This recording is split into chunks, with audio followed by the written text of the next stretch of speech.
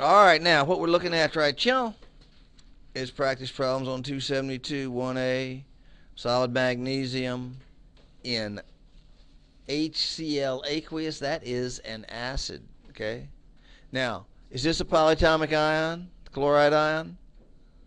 No. So the acid name starts with hydro.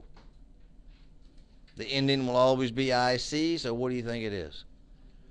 Hydrochloric all day long, okay? Hydrochloric. Now, what does this AQ mean? It's critical. It means that this is not HCl bonded together. It means that this baby has dissociated into hydrogen ions and chloride ions. An acid, for this discussion, we're going to assume that an acid is a substance that gives off a hydrogen ion in water. Okay? So we have an acid. Okay? Now, we're going to drop some solid magnesium in there. The question should jump into your mind, Miss Brown. Is magnesium reactive enough to displace hydrogen in an acid? Okay? And you can look at the group 1 and group 2 metals and pretty much assume that it will. Okay? But if when in doubt, you go to the activity series. In your book, it happens to be on page 286, right? If it's not one of these metals that you're familiar with, you may not know, and you may not always know. Go to the activity series. If you're on the state standardized test, excuse me, Mr. Miller and Mr. Martin talking again as usual. If you're on the state standardized test, what you'll see pop up is an activity series. And what will that tell you? That will say, hello, I think I'm going to have some questions about whether these metals are reactive enough, right? So this one will, you know this because the equation tells you, but again, you won't be given the products in the equation. You'll just be given the setup, the situation. You'll check to see if it's reactive enough, okay? In this case, it is. Magnesium forms a 2+ ion. Chloride is, as always, a 1- ion, so it takes 2 chlorides. The key here is understanding how to write that equation, MgCl2, right? Then, if the magnesium is forcing its electrons onto the hydrogen ions, the hydrogens don't exist as monatomic atoms. They're always diatomic. Simple little fact, but if you forget it, you're done. You're sunk. You can't balance this equation, okay? When we get down the road, your question will be, this is just asking you to write the equation, but eventually the question will be, what is the mass? What is the substance that is no longer in solution, and what mass or what volume or whatnot? You understand what I'm saying? So you'll have to learn how to write that, how to decide whether or not that thing is going to take place. And you got to remember that it's a diatomic element, okay? And then you can do the calculation. Got it? So here the problem is we have 1 chloride here and 2 here, right? Everything else is 1. Everything else is looking good. Well, the hydrogen's not. We got 2 hydrogens here and 2 here. So it becomes pretty obvious that you're going to need a 2 there, right? That gives you the 2 hydrogens, the 2 hydrogens, the 2 chlorides, and the 2 chlorides, okay? You know, in a loose interpretation, what kind of reaction is this?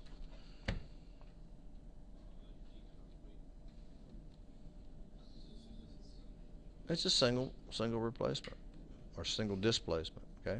The magnesium displaces the hydrogen. Normally you won't see it when it's asked.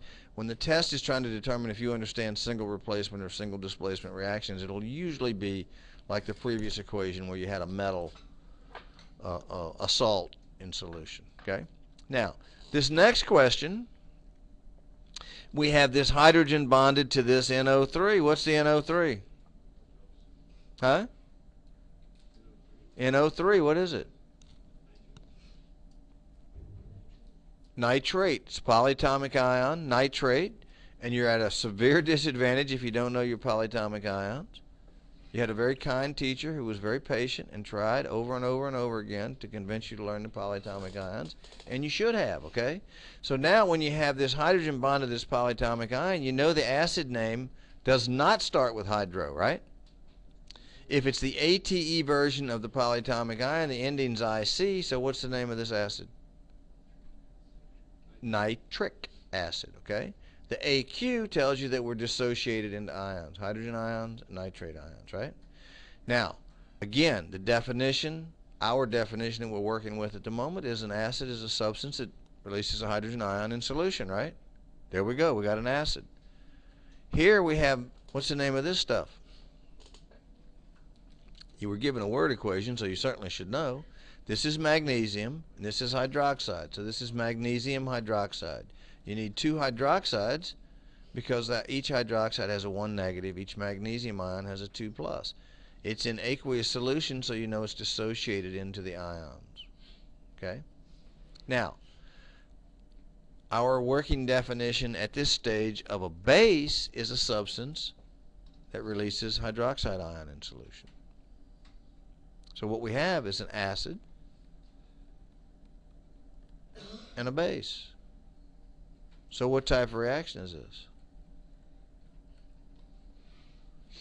Well, you could call it acid-base. You could call it neutralization. And the general type is double replacement or double displacement. The hydrogen is going to switch places with the magnesium. The magnesium is going to switch places with the hydrogen. Now, normally when you're given a double displacement reaction, it'll be two salts. If the point of the test maker is to see if you recognize the type of reaction, it'll be two salts. But this is the same type of mechanism here, okay? So, we switch places, the hydrogen and the magnesium switch places. Well, the hydrogen's a 1 plus, the magnesium's a 2 plus, so the ratio is going to have to switch. We're going to have to do a little work to balance the equation, right? Furthermore, the thing where most people have trouble is you have this hydrogen ion that's going to hook up with these hydroxide ions, and it produces this H2O, which is water. And most people, a lot of people, will not see this as a hydrogen ion and a hydroxide ion, but that's what a water is. You say, well, then hydrogen ions in water? Yeah. Hydroxide ions in water? Yeah. So water is both acidic and basic. And you say, oh, but Kemosabe, the pH is 7. The pH is neutral. Why? Because every time it gives you a hydrogen ion, which tends to lower the pH, it gives you a hydroxide ion, which tends to raise the pH. So the pH stays neutral. Okay? The acid and the base change that ratio of hydrogen ions, hydroxide ions. Okay? So anyway, here we go. We look here and we look at these subscripts. So we're going to start with these. We're going to start with these subscripts, and we're going to start with we see we got two nitrates here. We only have one over here. So the way I would start is I'd put my 2 here. Okay. Here we have 2 hydroxides. Let's see. And that means 2 oxygens and 2 hydrogens here. We've got 2 hydrogens here. That's a total of 4 hydrogens. I only have 2 over here. Furthermore, I only have 1 oxygen. I know I got 2 oxygens here, so I'm going to try 2 here. See how that works, okay? What does that do for us? Now we have 2 plus 2 hydrogens is 4 hydrogens. We have 2 nitrates. We have 2 nitrates.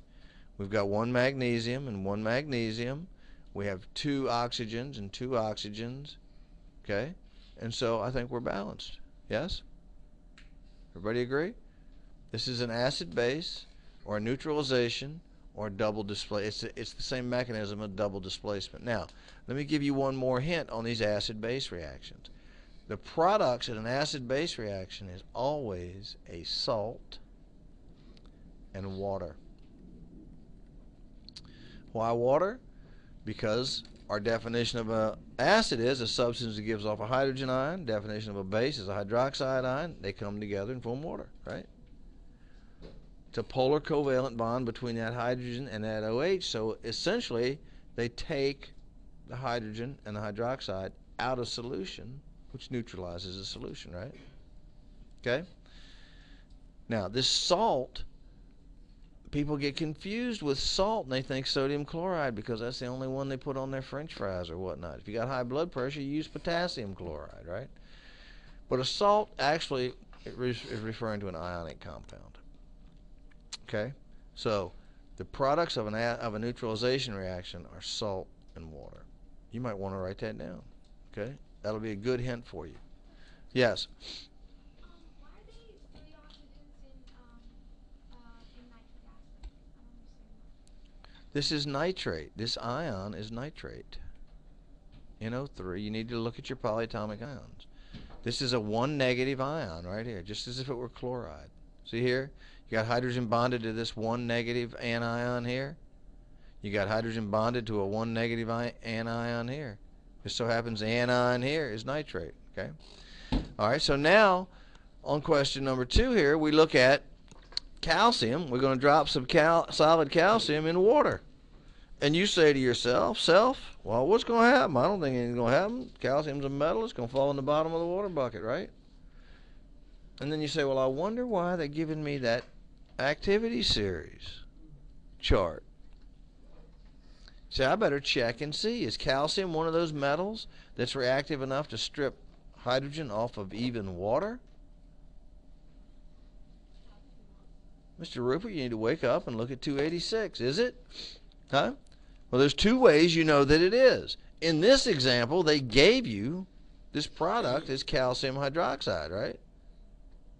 But if they didn't, if it was given to you and they said, we're going to drop calcium, solid calcium, into pure water, what's going to happen?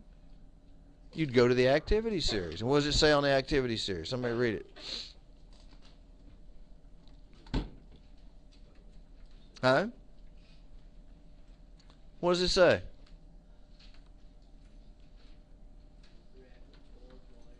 Reacts with cold water and acids to replace hydrogen, okay? So calcium will displace the hydrogen in the water. Now here's a kind of a tricky situation here, okay? We wrote this H2O as liquid, which means it's not ionic. It means it's not dispersed into its ions. But in any sample of pure water, there will be a small number of hydrogens that dissociate, okay? And it comes to an equilibrium. The answer is how many? 1 times 10 to the negative 7. That's why pH is 7. But so this calcium, you drop it in there, and it displaces 2 hydrogens. Well, that upsets the equilibrium, so 2 more water molecules come apart, right? Calcium forces its electrons on 2 more hydrogen ions. That upsets the equilibrium, so 2 more water molecules come apart. You got it? And so that continues until you run out of calcium. Okay, this is what's happening here. These are technically not in the ionic state except for a small quantity. But that's enough to get the thing going. Okay, so we end up with calcium hydroxide. Of course, you got to understand that calcium's a 2+ ion, right? Hydroxide is a 1 negative, so it takes 2 hydroxides to bond with calcium. The hydrogen is released. Hydrogen does not exist as a monatomic atom, right? It only exists in the diatomic state, so you have to write it as H2. Now you see that, Mr. Featherston? If you write that as H without the 2 subscript, you can't balance this equation. Got me? Okay. So where are we out of balance? Okay, we've got 1 calcium and 1 calcium. We've got 2 hydrogens, and here we have 1, 2, 3, 4, right? We have 1 oxygen, and here we have 2, right? So what are you going to do?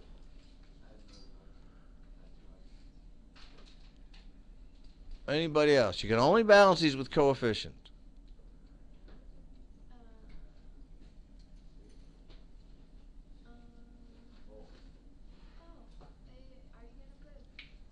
I'm going to put a 2 right here. That gives me 4 hydrogens, and now I have 2 here and 2 here. That's 4 hydrogens. I've got 2 oxygens, and here I've got 2 oxygens. Okay? My calciums were balanced and stayed balanced. Okay? Everybody understand? Yes? So now where do you think we're going to go?